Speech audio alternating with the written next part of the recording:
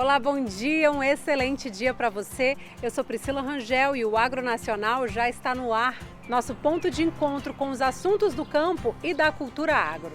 Essa semana vamos falar sobre aposentadoria rural. A jornalista Mariana Tocarnia, no Repórter Rural, mostra um panorama geral sobre os aposentados do campo. Vamos falar também de uma nova tecnologia para aumentar a produtividade do gado leiteiro. E vamos conhecer a história do bairro de Vargem Grande, na zona oeste do Rio de Janeiro, onde moradores plantam e cultivam ervas medicinais.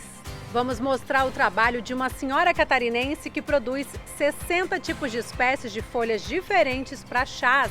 E tem mais, uma produção de camarões gigantes e a aposta de piscicultores de Santa Catarina.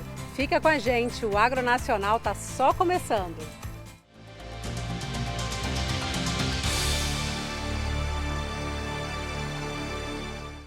Hora de tirar as dúvidas sobre a aposentadoria rural. A repórter Mariana Tocarnia apresenta dados importantes sobre quem pode se aposentar, em quanto tempo e como isso pode acontecer. É a primeira reportagem da semana do nosso Repórter Rural.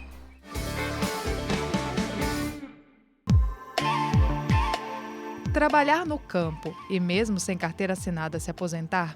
Sim, isso é possível. Há no Brasil uma categoria especial que garante esse direito aos trabalhadores rurais. Você tem uma renda, independente de você fazer ou não alguma coisa, você tem aquilo para a comida de cada dia, né? Para o remédio. Te deu segurança para você fazer outras coisas, né? Outras atividades, né? Porque você tem o certo, né? Um salário mínimo todo mês, né? E te dá mais liberdade e cria uma autonomia muito grande, né? William hoje tem 68 anos. Ele tinha 62 quando se aposentou. Foram mais de 15 anos trabalhando na terra. Em todo esse período, ele não teve um empregador ou uma carteira assinada e nem tinha condições financeiras de contribuir com o INSS. Mas é inegável que trabalhou muito.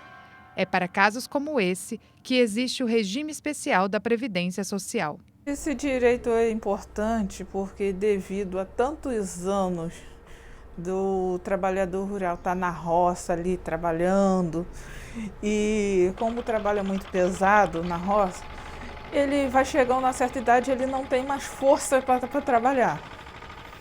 E é a única maneira que eles têm de levar o sustento para a família. Então a aposentadoria acaba sendo uma esperança de, quando ele chegar a uma certa idade, ele poder descansar um pouco mais e dar um sustento para a família sem se matar tanto no serviço que ele já não está mais e com força para poder trabalhar, né? Essa é fundamental, é a importância que todo mundo imagina de trabalhar, chegar uma hora ele poder maneirar um pouquinho mais no trabalho. As primeiras iniciativas para estender a aposentadoria para os trabalhadores rurais ocorreram em 1963, com a criação do Estatuto do Trabalhador Rural. Mais tarde, em 1988, a Constituição Federal consolidou a aposentadoria rural. Homens com 60 anos e mulheres com 55 passaram a ter direito a uma aposentadoria de um salário mínimo por mês, regras que valem até hoje. Mesmo com o direito garantido, os trabalhadores ainda enfrentam algumas dificuldades. A falta de informação é hoje um dos principais problemas na hora de se aposentar. O que era para ser um dinheirinho a mais no bolso, um conforto para o trabalhador, acaba virando uma dor de cabeça. Para que isso não aconteça, é preciso ter todos os documentos organizados e separados e fazer os pedidos na hora certa. Primeiramente, o que eu indico para o trabalhador rural que quer se aposentar é que ele verifique se ele preenche os requisitos mínimos para se aposentar. E quais são esses requisitos? Para a mulher que quer se aposentar, ela precisa ter 55 anos de idade, mais 180 meses de carência, o que equivale a 15 anos de contribuição. Para o homem, ele precisa ter 60 anos de idade, mais 180 meses de carência, o que equivale a 15 anos de contribuição. Aqui eu faço uma ressalva quanto ao trabalhador rural segurado especial. O segurado especial é a pessoa física que trabalha individualmente ou em economia familiar para a sua subsistência ou subsistência da sua família.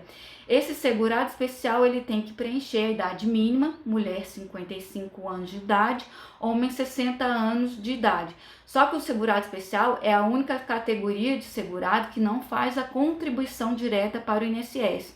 E como ele faz para requerer aposentadoria? Esse segurado especial ele tem que comprovar 180 meses ou 15 anos de atividade rural. Então, o que eu recomendo para todos os segurados trabalhadores rurais? Eu recomendo que eles, durante a vida, reúnam todos os documentos para comprovar sua condição de segurado. Preocupado com o futuro, desde jovem, William juntou documentos que comprovassem que ele é agricultor. Isso facilitou muito na hora de se aposentar. Para os agricultores ainda em atividade, ele dá dicas para que não deixem de receber o benefício. Antes de mais nada, ter essa prática de sempre se dizer agricultor, não ter vergonha de dizer que é agricultor ou agricultora, né? De fazer isso diariamente, né? Mesmo que não faça, mas sempre, quando, por exemplo, adquirir alguma coisa, pedir documentos, nota fiscal e tal, naquilo que você está comprando. Por exemplo, se for uma ferramenta, porque eu sou agricultor, eu queria uma nota fiscal disso, aí bota lá, na nota fiscal, dá enderecinho direitinho, né? Não precisa nem ser no sítio, mas você está se caracterizando como agricultora. Eu tinha outras atividades, porque tinha períodos que eu não estava colhendo nada, aí você tinha que ter uma segurança disso, porque aqui, na roça, só fica à toa quem quer. No próximo programa, a gente continua acompanhando a repórter Mariana Tokarnia, que nos mostra as mudanças que ocorreram para os aposentados do campo com a reforma da Previdência. As transformações no trabalho do produtor impactam na qualidade de vida. Por isso, muitos estão investindo em novas tecnologias para trabalhar de forma mais fácil.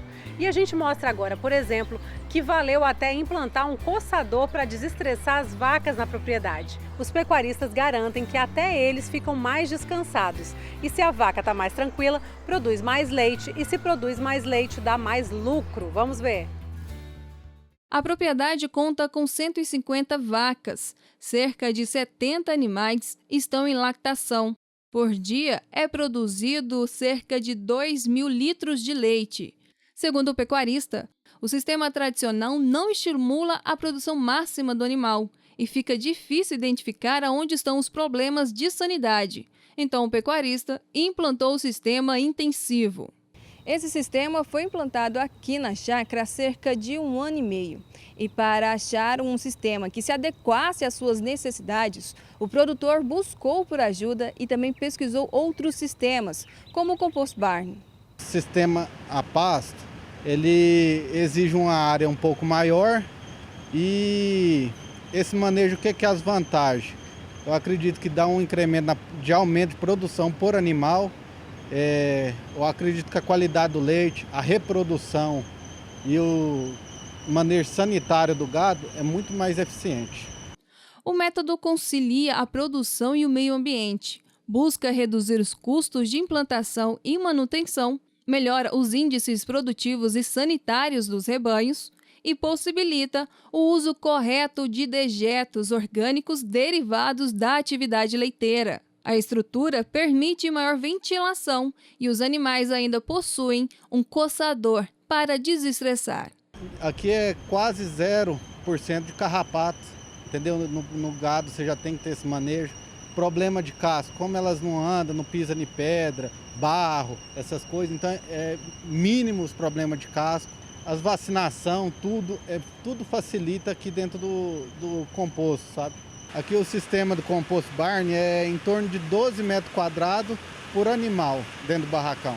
É o coçador das vacas que serve para desestressar o animal e acalmar o animal, entendeu? É muito interessante, elas gostam muito. A alimentação das matrizes é a base de silagem de milho, que é cultivado ali mesmo, casquinha de soja e concentrado. A alimentação na base é silagem de milho, eu ponho uma quantidade de casquinha de soja e concentrado. Então, a minha área, que é uma área propriedade pequena, mas fica destinado 100% para a produção de silagem para as vacas. Todo o processo de reprodução das vacas é realizado através de transferência de embrião. Depois do nascimento, recebem o colostro direto da mãe. Em seguida, os filhotes vão para o bezerreiro. O tratamento é individual. Inicialmente, tem uma disponibilidade de 6 litros de leite por dia e recebe a introdução média de 2 quilos de ração. A desmama do bezerro acontece depois de 90 dias. As novilhas também recebem tratamento especial quando estão aptas à reprodução. O sistema tem rendido ao produtor média de 30 litros por vaca dia. Na hora da ordenha, as vacas ainda contam com um ambiente climatizado, que, segundo o pecuarista, tem como objetivo amenizar o efeito do estresse térmico e permite boa produção do leite naquele momento. Extração de teteira e tem a climatização, que é onde eu faço o resfriamento das vacas. Então, tem os aspersores lá que resfriam as vacas e o sistema de ordenha mecanizada mesmo. Desde o menor produtor aos grandes deveriam investir nesse sistema.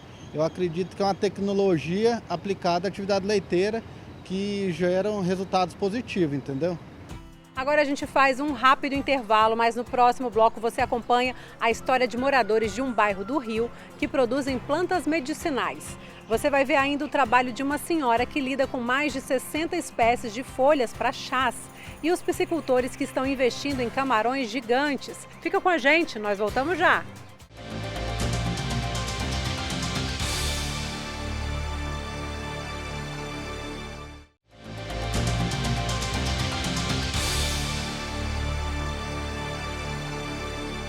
Estamos de volta com o Agro Nacional, o nosso ponto de encontro com os assuntos do campo e da cultura agro. No Rio de Janeiro tem um bairro da Zona Oeste em que você se sente assim no campo. É Vargem Grande, terra de muito verde, de pequenas casas e propriedades, onde os moradores plantam de tudo, até mesmo ervas medicinais. É o que nós vamos ver agora no primeiro trecho do documentário A Saúde Está Entre Nós, gentilmente cedido pelo canal Saúde da Fiocruz.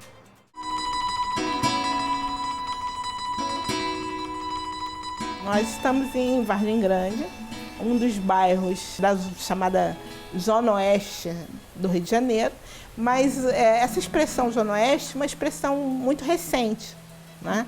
Existe uma expressão que nós temos um apreço maior, que é sertão carioca. Temos esse lado roceiro, né? Somos descendentes de lavradores, numa perspectiva mais do século XX, né?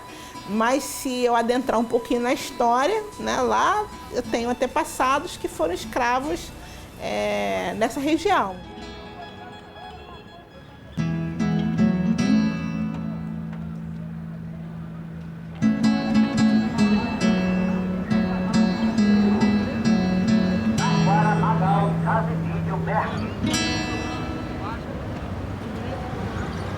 Ar-condicionado sem acréscimo na tarifa.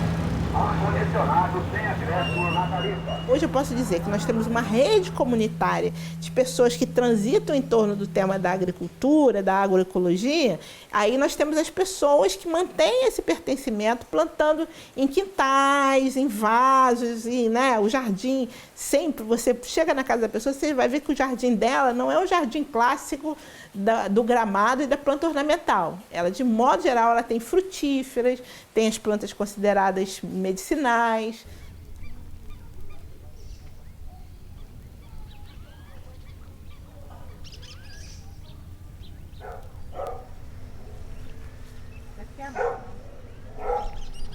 Que o pessoal toma chá de amora, chá da folha da amora ou da casca da amoreira para reposição hormonal. Tem que testar, né? Eu testo às vezes em algumas pessoas e vejo que funciona. Mas nem todo mundo quer ser cobaia, né? Eu sou uma cobaia, eu testo tudo. Na época que eu era criança, minha mãe fazia muito tratamento assim natural. Só que eu não acreditava. Acreditava não. Era ruim de acreditar, hein? Eu até ria da minha mãe. Em tudo que minha mãe fazia. Ah, mãe, que isso? Eu acreditava no médico. Tá pequenininho, mas deve ter maior por aí. O picão, você faz o chá e toma, igual água quando está com hepatite. Resolve também. É claro que tem que ir no médico, né? Mas às vezes você só indo ao médico, você não consegue muito tratamento. Eu, por exemplo, de não ir ao médico nunca, o médico me dá remédio para anti-inflamatório por causa do pé. Que eu bati o pé, feri e fiquei mal, né? Aí eu vou no médico, ele me dá anti-inflamatório, eu não aguento. Me dá uma dor no estômago, aí eu prefiro tomar erva e muitas vezes funciona.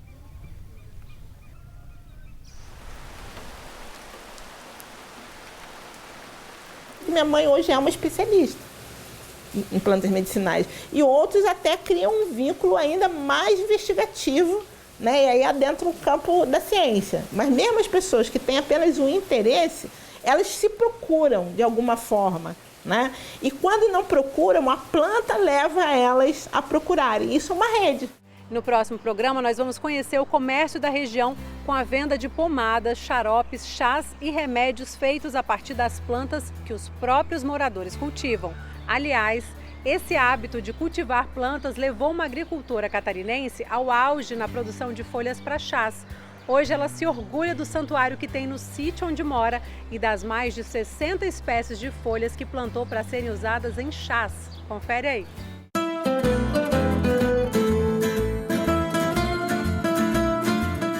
Quem nunca tomou um chazinho de boldo para conter a indigestão ou um de camomila para dormir melhor? Essa sabedoria popular passa de geração em geração. Geralmente as nossas avós são cheias de receitinhas, né? E aqui na Barra do Trombudo, no Ribeirão do Tigre, nós conhecemos uma senhora que era agricultora em Vidal Ramos, veio morar aqui em Rio do Sul e trouxe todo esse conhecimento junto. Bem, eu estou aqui então com uma vovó muito querida aqui na comunidade, a Dona Lourdes, que domina muito bem essa sabedoria popular das ervas. Dona Lourdes, conta pra gente como começou o seu interesse pelas plantas, pelas ervas, enfim.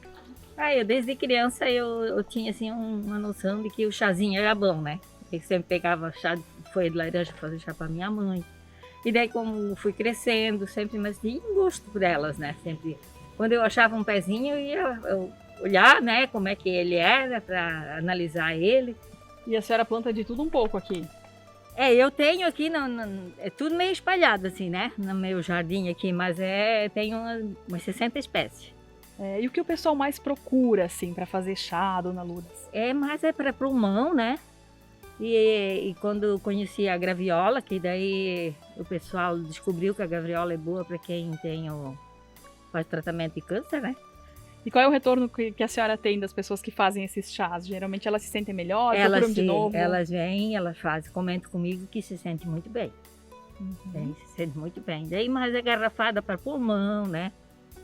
E pomada, xarope, a gente faz muitas variedades, sabe, né? Sim, e a senhora é uma pessoa de muita fé aqui na comunidade, pelo que eu pude apurar, tanto que tem aqui um recanto natural que a senhora montou uma gruta. Sim. Como que veio a ideia, Dona Lourdes? A ideia é quando a gente mudou para cá em 93, aqui era o terreno era meio abandonado, assim, né? Não era, a terra não era preparada. Aí ficou meio difícil, assim, que a gente não conhecia bem o terreno. A gente não colhia conforme era preciso, né? E daí foi ficando meio complicado, o marido ficou meio desanimado, adoeceu. E as coisas não caminhavam para frente, a gente patinou muitos anos, assim, né? Aí eu tive essa ideia de eu vou fazer uma gruta e fiz essa promessa. E se tudo melhorasse, que ele ficasse bom e que a família abrisse caminho para frente. E deu certo, daí eu comecei, né? E o pessoal vem visitar a gruta, como é que é? Vem, bastante gente vem visitar. E a gruta mesmo é assim, se eu tô lá, passa tudo, a dor, passa o cansaço, passa tudo, eu volto de lá leve. Vai continuar esse trabalho com as plantas aí? Enquanto eu puder, sim. Enquanto eu puder, sim. Eu quero continuar. Eu penso que Deus me dê saúde, né? Para mim fazer cada vez melhor.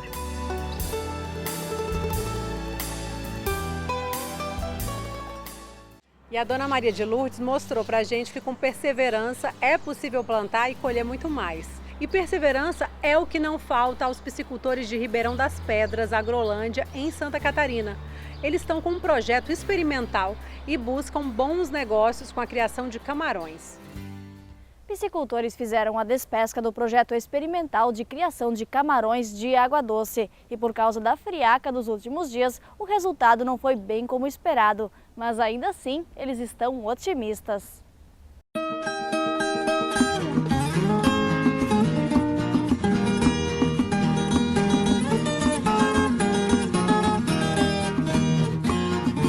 É dia de despesca na propriedade da família Vil, no Ribeirão das Pedras, em Agrolândia.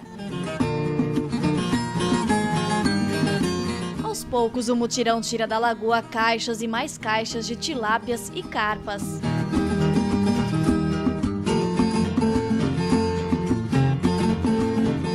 Mas nem o resultado dos tanques que produziram acima da expectativa tiraram a atenção do habitante ainda pouco conhecido, camarão gigante, camarão da Malásia, resultado de um projeto experimental encabeçado por este professor do Instituto Federal Catarinense. Nós temos uma condição aqui no Alto Vale muito interessante para o cultivo, que os nossos piscicultores eles já dominam, já possuem a tecnologia de produzir peixes utilizando matéria orgânica, usando a fertilização. E isso para o camarão é o ambiente perfeito, né? Ele é por natureza um saprófago, ele se alimenta de restos vegetais, de restos animais, isso é da natureza dele. E dentro dos viveiros, como a gente tem uma grande quantidade de fezes dos peixes, a matéria orgânica que é colocada para fertilizar, as algas que morem, uma série de organismos que se desenvolvem no fundo, em grande quantidade nesses viveiros fertilizados, e o camarão se desenvolve muito bem nesse ambiente. Em função disso, a nossa aposta de introduzir, além das tilápias e das carpas, que já é tradicional aqui na região, a gente também introduziu o camarão. Os camarões foram colocados no viveiro em outubro do ano passado. A despesca aconteceu um pouco mais tarde do que o previsto. Na verdade, época de cuidado não teve nada, além de povoar o tanque, pagar o alevino e a ração. Agora vamos só ver se sobrou alguma coisa. Que já morreu alguma coisa também em função do frio, já dá de ver que tem camarão morto, já que a água com certeza já baixou de 16 graus, né? Nós também tivemos alguns problemas no povoamento, né? Acabamos por incidente, coisas que acontecem, acabou entrando alguns predadores, que vários produtores tiveram perdas, né, de formas jovens de camarão.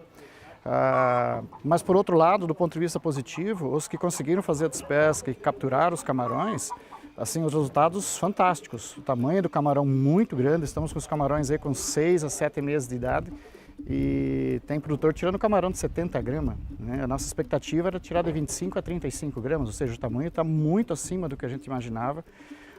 Para um mercado que está totalmente aberto, é uma perspectiva muito grande. Este ainda é um projeto experimental. Uma das observações para a nova etapa é a introdução de camarões já maiores nas lagoas, o que diminuiria a taxa de mortalidade. Os crustáceos são colocados 20 dias depois dos alevinos de tilápias e carpas. Em ambiente de cultivo, praticamente não existe predação. O que acontece é que a tilápia, que é o peixe mais produzido aqui na região, 70% da nossa produção são tilápias, ela, por natureza, ela se alimenta de crustáceos, que são o grupo dos camarões.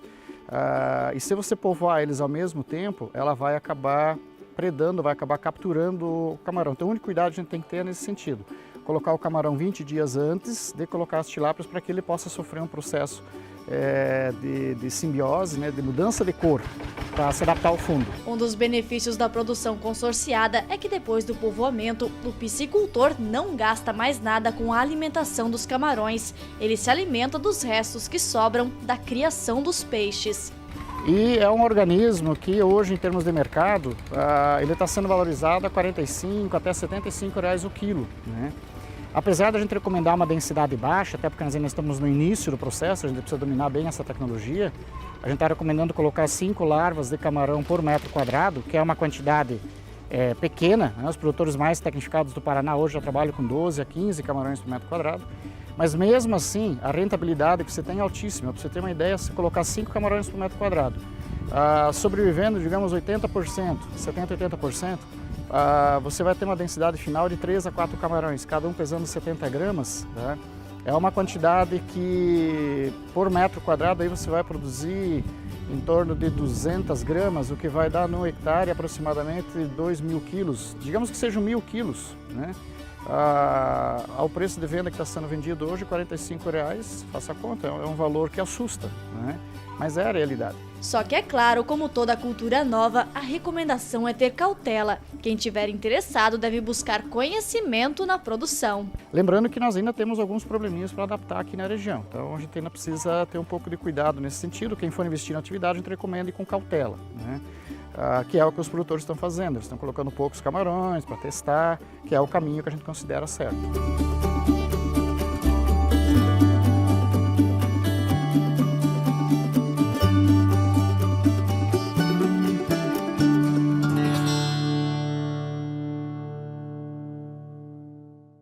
E por hoje o programa fica por aqui, mas já temos nosso encontro marcado porque o Mundo Agro passa pela tela da TV Brasil.